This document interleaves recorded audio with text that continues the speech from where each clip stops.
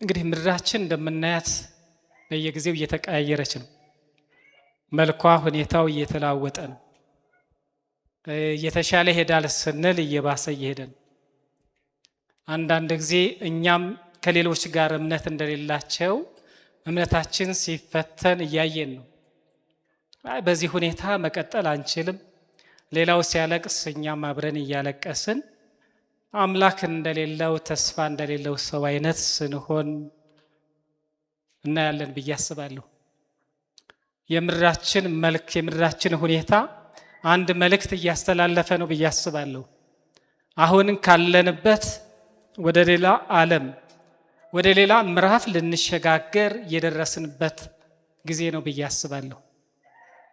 አንዳንድ ጊዜ የተፈጥሮ ሁኔታ እየመሰለን ያለነው የነበረ ነው፣ ይሄዳል ይመጣል፣ ነገሮች ከፍ ዝቅ ይላሉ እያልን ትንሽ ራሳችንም እንዳንሸወድ መጠንቀቅ ያለብን ይመስለኛል። ስለዚህ እየሆነ ያለው ግን የአንድ ነገር መጨረሻ የሌላ ነገር መጀመሪያ ደወል እየተደወለ ነው ብዬ አስባለሁ። መልካም ነው፣ በአንድ በኩል መልካም ነው። እዚህ ምድር ያለው ቆይታችን ሊያበቃ እየተቃረበ ነው። ወደ ሌላ ቤት ወይም ዓለም ከፈጣሪያችን ጋር የምንሆንበት ጊዜ እየደረሰ ነው ብዬ አስባለሁ። ስለዚህ በዚህ ጊዜ እናንተ ብትሆኑ የምታገለግሉበትን ምን አይነት ርዕስ እንደምትሰጡት አላቅም። ሰው እንደተሰጠው ነው የሚናገረው፣ ሰው እንደቻለ ነው የሚያገለግለውና የዛሬ ርዕሴን የሰጠሁት ከእግዚአብሔር ሕዝቦች መካከል መፍትሄ ተገኝቷል። ከየት? ከእግዚአብሔር ሕዝቦች መካከል። በኋላ ላይ ራሳችን እንድንጠይቅ ይህንን ጥያቄ አሳስባችኋለሁ። ከእግዚአብሔር ሕዝቦች መካከል ለምድራችን ህልም ለጠፋበት ኑሮ ግራ ላጋባው ከእግዚአብሔር ሕዝብ መካከል መፍትሄ ተገኝቷል። ዳንኤል 1 እና 2 ስታነቡ ተያያዥነት ያለው ይመስላል። ዳንኤል ምዕራፍ 1 እነ ዳንኤልና ጓደኞቹ ተማርከው ወደ ባቢሎን ሀገር ሲሄዱ ታያላችሁ። እዚያም ተወስደው የባቢሎን ሀገር የከላዳውያንን ጥበብ እንዲማሩ 3 ዓመት ከተማሩ በኋላ አንደኛው ምዕራፍ የምፈልገው ሁለተኛው ምዕራፍ ላይ ነው። ሁለተኛው ምዕራፍ የመጀመሪያውን ቁጥር ስታነቡ ንጉሥ ናቡከደነፆር በነገሰ በሁለተኛው ዓመት ይላል፣ ህልም አለመ፣ መንፈሱ ታወቀ፣ እንቅልፍም ከእርሱ ራቀ። እንግዲህ ህልሙ ከበድ የሚልም ስለነበር ህልሙንም ጠፍቶበታል። ህልም አለመ፣ ህልሙ ጠፋ፣ መንፈሱ ታወከ፣ እንቅልፍ ከሱ ራቀ። የሚገርመው በዘፍጥረት ምዕራፍ 41 ላይ ሄዳችሁ ስታነቡ ሌላኛው ንጉሥ በሌላ ጊዜ ንጉሥ ፈርዖን ህልም በሁለተኛው ዓመት ይላል። ድፍን 2 ዓመት ካለፈ በኋላ ቁጥር 1 ፈርዖን ህልም አለመ ይላል። ህልም አለመ። እነዚህ ህልሞች መፈታት ነበረባቸው። የሚፈታ ያስፈልግ ነበር። ቁጥር 8 ዘፍጥረት ምዕራፍ 41 ላይ ሄዳችሁ ስታነቡ በነጋታውም ፈርዖን መንፈሱ ታወከበት፣ ስለዚህ በግብፅ አገር ያሉትን አስማተኞችና ጥበበኞች በሙሉ አስጠርቶ ህልሙን ነገራቸው። ነገር ግን ህልሙን ሊፈቱለት አልቻሉ። ዳንኤል ምዕራፍ 2 ላይ ሄዳችሁ ስታነቡ ሳለ ንጉሱም ህልሙን እንዲፈቱለት ይላል አስማተኞች፣ ኮከብ ቆጣሪዎችን፣ ጠንቋዮችን አስጠራ። ከዛ ሰፋ ያለ ዳንኤል ምዕራፍ 2 ላይ ምልልስ ወይም ተነጋገሩ። ህልሜን ምን አድርጉ ነው? አምጡት፣ ከዚያ ትርጉሙንም ንገሩኝ። ይሄ ከባድ ነው፣ በጣም ከባድ ነው። እነዚህ ሰዎች ይሄ ሰው የተሳሳተ መስሏቸው ሊሆን ይችላል። ንጉሥ ሆይ እንደዚህ አይነት ነገር እኛ ተርጉመን ተናግረን ገጥሞን አያውቅም፣ እባክህ አንተ ደግሞ ህልሙን ንገረን፣ ከዚያም እኛ ፍቺውን እናገራለን። ንጉሱ ግን እንደዛ አይደለም። እኔ የምፈልገው ህልሙንም ትርጉምንም እንድታመጡት ነው።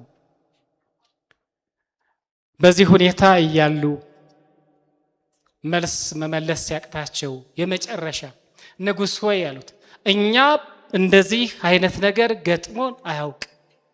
ይሄ ነገር አስቸጋሪ ነው። ይህን ነገር መፍታት የሚችል ከሰው መካከል የለም፣ ምናልባት መኖሪያው ሌላ ካልሆነ በቀር። በዚህ ጊዜ ንጉሱ ተናደደ ይላል። ንጉሱ ሲናደድ ምንድነው ያደረገው? ጠቢባን በሙሉ ዳንኤልና ጓደኞቹም ይህን ጥበብ የተማሩ እንዲገደሉ አዋጅ ወጣ። አንዳንድ ጊዜ በክርስትና ሕይወታችን አጣብቂኝ ላይ የምንደርስበት ሁኔታ አለ። እምነታችን የሚፈተንበት። ዳንኤልና ጓደኞቹም ባሉበት እንዲገደሉ ሰው ተላከ። በዚህ ጊዜ የተለዩ መሆን ከባድ። በዚህ ጊዜ መልስ አለ ብሎ መናገር ይከብዳል። ልክ እንደነዛም ሊገደሉ ዳንኤል ጋር ሲመጣ ዳንኤል ግን የመጣውን አርዮክን ምን አለው? የንጉሱ ትእዛዝ ለምን ፈጠነ? ለኛም ጊዜ ይሰጠን፣ ወደ ንጉሱ ገብተን ህልሙን እንናገራለን። ገና እግዚአብሔር ምን እንደሚለው አላወቀም። እምነት ስለነበረው ዳንኤል እንደዚህ አይነቱን ከባድ ነገር መመለስ የሚችል መፍታት የሚችል ሁሉን የሚያውቅ አምላክ እንዳለ ስለሚያውቅ ዳንኤል ምን አለው? እኔ ወደ ንጉሱ ገብቼ እኛ ወደ ንጉሱ ገብተን ህልሙን እንናገራለን፣ ጊዜ ይሰጠን። አንዳንድ ጊዜ ከባድ ነገሮች በህይወታችን ይመጣሉ፣ መልስ የሌላቸው የሚመስሉ። ይሄ ከባድ ነው። ብዙ ፈተናዎችን ብዙ ችግሮችን አሳልፈን በጣም ከባድ የሆነ ነገር በህይወታችን ሲገጥመን ምንድን ነው የምናደርገው?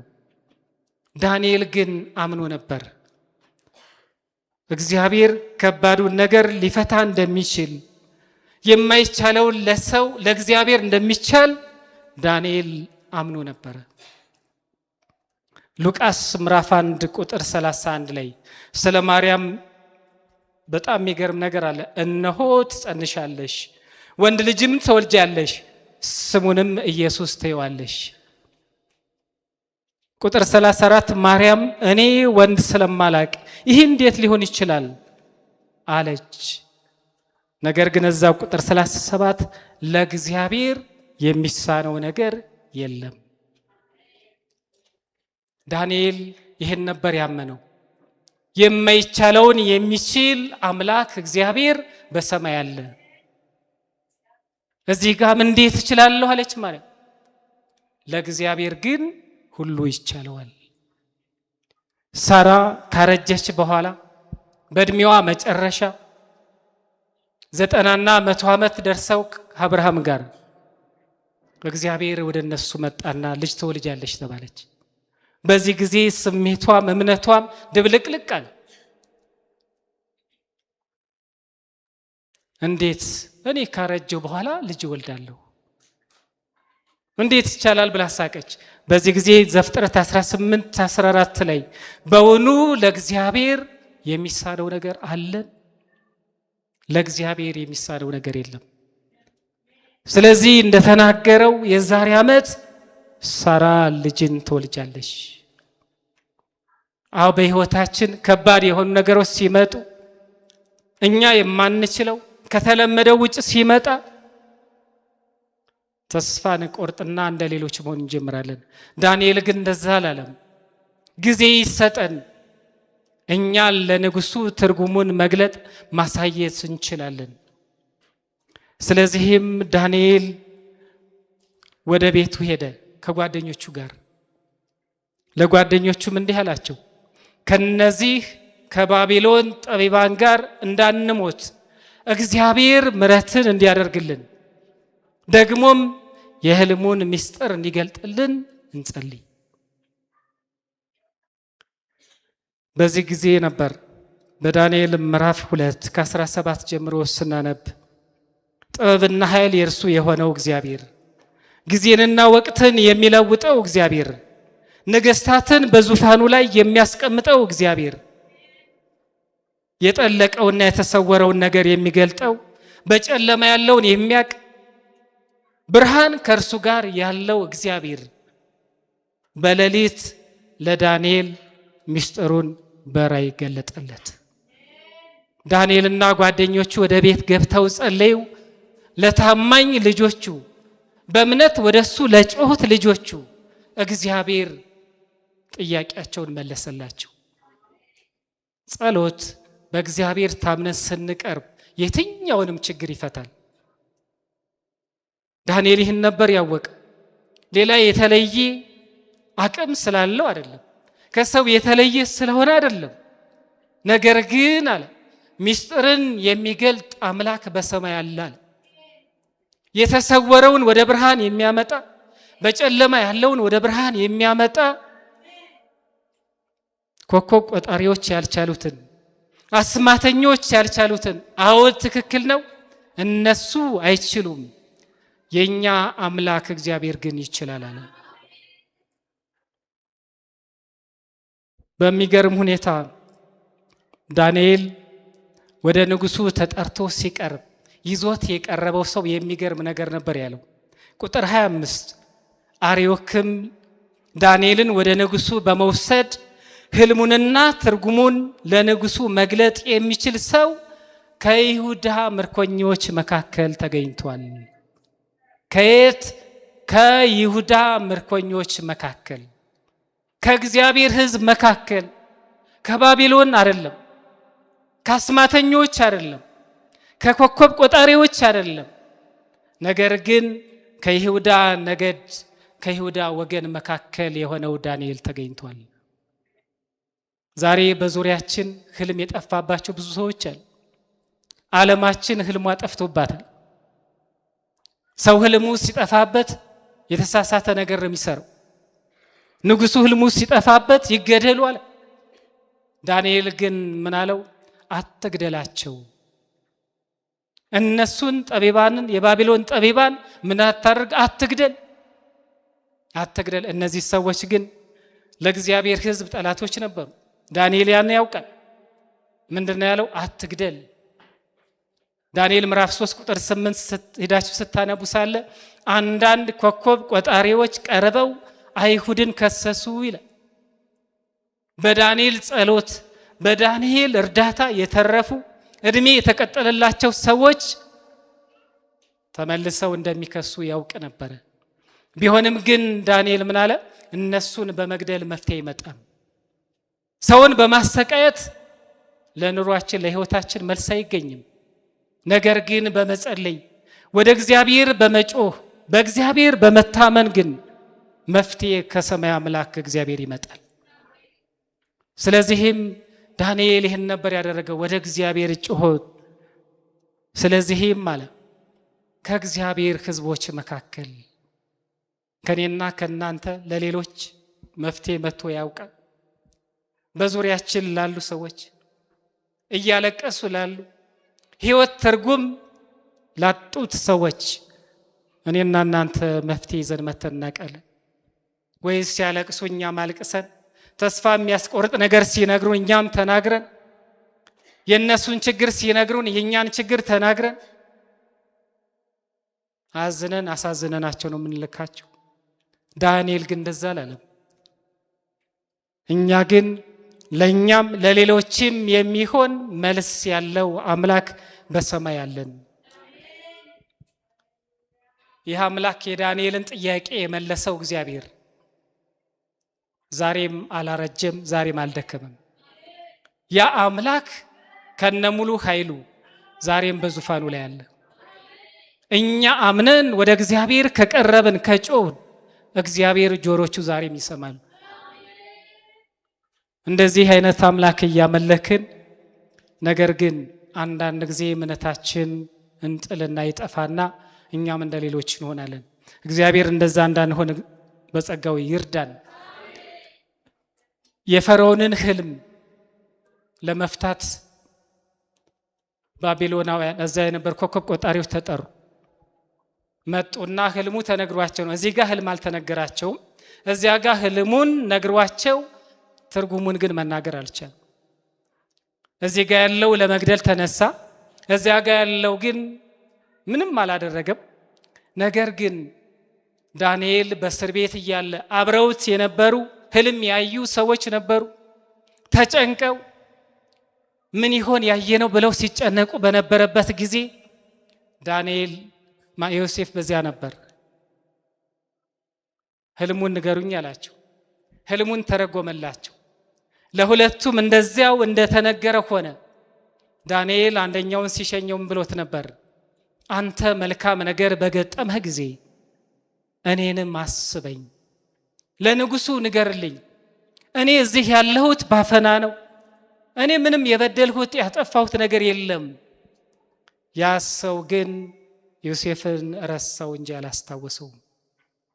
ከዚያ ከ2 ዓመት በኋላ ጌታው ሲጨነቅ ሲቸገር ነው ትዝ ያለ ኃጢአት ሰርቻለኋል። የዛሬ 2 ዓመት የኔን ህልም የተረጎመ አንድ ከየት ከዕብራዊ የሆነ ሰው በዚያ በእስር ቤት አለ። ከየት ከእግዚአብሔር ሕዝብ መካከል ህልምን የሚፈታ ሰው አለ።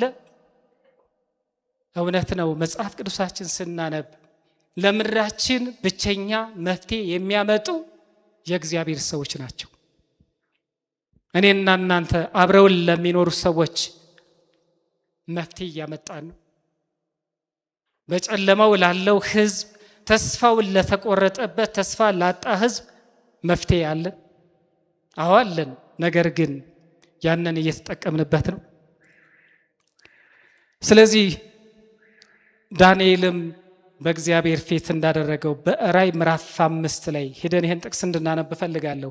ራእይ ምዕራፍ 5 ላይ ቀደም ስለ ዳንኤል ከይሁዳ ነገድ መካከል የሆነው ምርኮኛ ከእግዚአብሔር ሕዝብ መካከል የሆነው ዳንኤል ተገኝቷል ነበር ያለው። ምዕራፍ 5 ቁጥር 1 ጀምሮ በዙፋኑ ላይ የተቀመጠው በውስጥና በውጭ በኩል የተጻፈበትን በ7 ማኅተም የታሸገ ጥቅልል መጽሐፍ በቀኝ እጁ ይዞ አየሁ።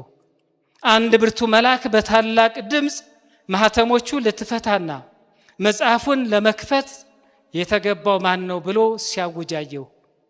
ነገር ግን በሰማይም ሆነ በምድር ከምድርም በታች መጽሐፉን ለመክፈት ወይም ገልጦ ለመመልከት የሚችል ማንም አልነበረም። እኔም መጽሐፉን ለመክፈት ወይም ገልጦ ለመመልከት የተገባው ማንም ባለመኖሩ እጅግ አለቀሱ። ከዚያም ከሽማግሌዎች አንዱ አታልቅስ፣ እነሆ ከይሁዳ ነገድ የሆነው አንበሳ የዳዊት ሥር ድል ነስቷል።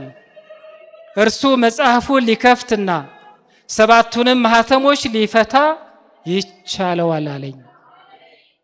ከይሁዳ ነገድ መካከል ዳንኤል ከይሁዳ ምርኮኞች መካከል፣ ዮሴፍ ከዕብራዊ የመጣ የተሸጠ። እነዚህ ሰዎች በዙሪያቸው ለነበሩ መፍትሄ አምጥተዋል። የኔና የእናንተን ጥያቄ የሚመልስ በጠፋ ጊዜ ሰማይ ከምድር ተለያይቶ የሚቀር ሲመስለው ባለራእዩ ምን አለ? አለቀሷል። አለቀሱ። ነገር ግን አታልቅስ አለኝ ከሽማግሌዎች አንዱ።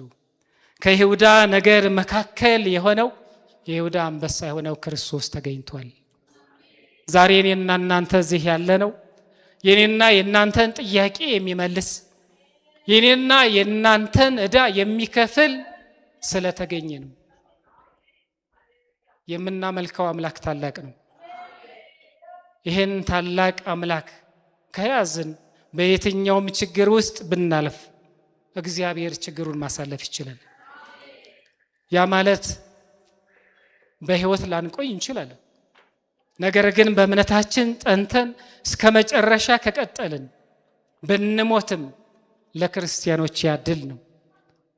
ስለዚህ ይሄ እግዚአብሔር በዳንኤል ምዕራፍ 2 ላይ ጠቅለል ስናደርግ አንደኛ የሰዎች ጥበብ ኃይል ውሱንነት እንዳለው ያሳያል። እነዚያ ጠቢባን ብዙ ነገር ይናገሩ እንደነበር ይነገራል። እነዚህ ኮከብ ቆጣሪዎች ማለት ነው። የሰውን የእጅ መዳፍ አይተው ማንበብ የሚችሉ፣ እድሜህ ይረዝማል ረጅም ነው ወይም ያጥራል የሚሉ፣ ሀብታም ትሆናለህ ትደህያለህ የሚሉ፣ የሰማዩን ፊት አይተው የሚተነብዩ፣ የዛሬ ብዙ ዓመት ወደፊት አልፈው እንደዚህና እንደዚያ ይሆናል የሚሉ ነበሩ። ነገር ግን እውነተኛው በመጣ ግን አልቻሉም። ስለዚህ ኃያላን ነገስታት ጥበበኞች ነን የሚሉ ሁሉ የማይችሉት ነገር ሲመጣ የኔና የእናንተ አምላክ እግዚአብሔር ግን ሁሉን የሚችል አምላክ በዙፋኑ ላይ አለ። ሁለተኛ እግዚአብሔር ሉዓላዊ አምላክ ነው። ከሁሉም በላይ ሁሉን የሚቆጣጠር የሚገዛ የሚያስተዳድር ዳንኤል ምዕራፍ 4:25 ላይ ይህን ጥቅስ ብናነበው ዳንኤል ምዕራፍ 4:35 ይቅርታ፣ የምድር ህዝቦች ሁሉ እንደ ኢምንት ይቆጠራሉ፣ በሰማይ ኃያላት በምድርም ህዝቦች ላይ የወደደውን ያደርጋል፣ እጁን መከልከል የሚችል የለም፣ ምን ታደርጋለህ ብሎ የሚጠይቀውም የለም። እግዚአብሔር ሉዓላዊ አምላክ ነው። ሁሉን የሚችል አምላክ ነው። በዳንኤል ምዕራፍ 2 ሶስተኛው ዘላለማዊ መንግስት መመስረቱን የሚያሳይ ነው። ህልሙን ሲተረጉም ዳንኤል ለዚህ ንጉስ መንግስታትን ደረደረለት። አንተ ያየኸው ህልም ባቢሎን፣ ሜዶን፣ ፋሪስ፣ ግሪክና ሮም አንድ ድንጋይ እጅ ሳይነካው ተፈንቅሎ መጥቶ ያንን ምስል ምን አደረገው? መታው። ያ ትንሹ ድንጋይ ግን ምድርን ሲሞላየው፣ ያ ትንሽ ድንጋይ ደግሞ የእግዚአብሔር መንግስት ነው። እነዚያ መንግስታት አንዱ አንዱን እያሸነፈ እያስወገደ ኑረዋል። መጨረሻ ግን ማንም ሊያስወግደው የማይችል ለዘላለም መንግስቱን የሚመሰርት የእግዚአብሔር መንግስት ብቻ ነው። እሱን የሚያስወግደው የለም፣ እሱን የሚያሸንፈው የለም። የሱ መንግስት ደግሞ የዘላለም መንግስት ነው፣ የሰላም መንግስት ነው። ስለዚህ ዘላለማዊ መንግስት መመስረቱን የሚያሳይ ነው። በዳንኤል ምዕራፍ 4:2 ላይ ያየ ነው። አራተኛ ጸሎት ኃይል እንዳለው ያሳየናል። የማይቻለውን እንደሚቻል በጸሎት በእግዚአብሔር ታምነን ስንጸልይ እግዚአብሔር ትልቅ ነገር በህይወታችን ይሰራል። ዛሬ በእግዚአብሔር ፊት የምንቀርብባቸው ይሄ መልስ የለውም ይሄ አይቻልም ብለን ያልናቸው ነገሮች ይኖሩ ይሆናል። ነገር ግን ለእግዚአብሔር ሁሉ ይቻለዋል። እኛ በእምነት ወደ እግዚአብሔር እንቅረብ። በጸሎት ጸሎት ምን አለው? ከእግዚአብሔር ትልቅ ነገር ያመጣል። የእግዚአብሔርን እጅ ያንቀሳቅሳል። ከእግዚአብሔር ኃይል እንዲመጣ ያደርጋል። ስለዚህ ዳንኤልም እኛ ገብተን እንጸልይ፣ ከነዚህ አምላክ ከሌላቸው ጋር እንዳንሞት እንጸልይ አለ። እውነትም ገብተው ጸለዩ። በእምነት የሆነውን ጸሎት እግዚአብሔር ሰማ። አራተኛ ዳንኤል ሲናገር ለንጉሱ፣ አምስተኛ ለንጉሱ ህልም ሲተረጉም ይሄ ነገር አለ እኔ ከሰዎች የተለየው ስለሆንኩ አይደለም አለ። ይሄ ሁሉ ክብር የሚገባው ማን ነው አለ? እግዚአብሔር ነው። አንዳንድ ጊዜ ሲሳካልን እኛ ለፍተን እንዳደረግነው አድርገን ክብሩን ወደ ራሳችን እንስበዋለን። ዳንኤል ግን ምን አለ? ይሄን ሁሉ ያደረገው እኔ ሳልሆን ክብሩ የሚገባው በሰማይ ያለው እግዚአብሔር ነው። ስለዚህ ጸልየን እግዚአብሔር ጸሎታችን ሲመልስ፣ ለፍተን በእግዚአብሔር ፊት አንድ ነገር ሲደረግ ክብሩን ለማን? ለእግዚአብሔር ልንሰጥ ይገባል። ስለዚህ ዳንኤል ምዕራፍ ቅድም ያነበብነውን ጥቅስ አንበን እንጨርሳለን። ዳንኤል 2:25 ላይ አርዮክም ዳንኤልን ወደ ንጉሱ በመውሰድ ህልሙን እና ትርጉሙን ለንጉሱ መግለጥ የሚችል ሰው ከይሁዳ ምርኮኞች መካከል ተገኝቷል። በእኔና በእናንተ መካከል ተገኝቷል። ብዙ ጥያቄዎች ያላቸውን ለመፍታት በጨለማ ውስጥ ላሉት መልስ ከየት ተገኘ? ከእግዚአብሔር ህዝቦች መካከል። እኔና እናንተም ዛሬ የሰዎችን ጥያቄ እንድንፈታ በእግዚአብሔርን በማመን ምክንያት እግዚአብሔር እዚህ ያስቀምጦናል ብዬ አምናለሁ። በዙሪያችን ብዙ ሰዎች አሉ፣ ምን ያህል ህልም የጠፋባቸው፣ በጭንቀት ውስጥ ያሉ።